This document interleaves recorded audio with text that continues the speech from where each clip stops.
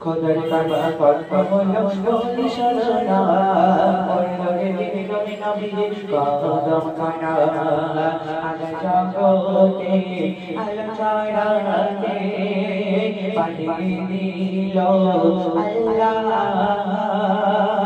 লোকের গনে দৌলত জাহানে লোকের গনে দৌলত জাহানে নবী সেরা শোনো না খোদার কাবা কথা বলো বলি শোনা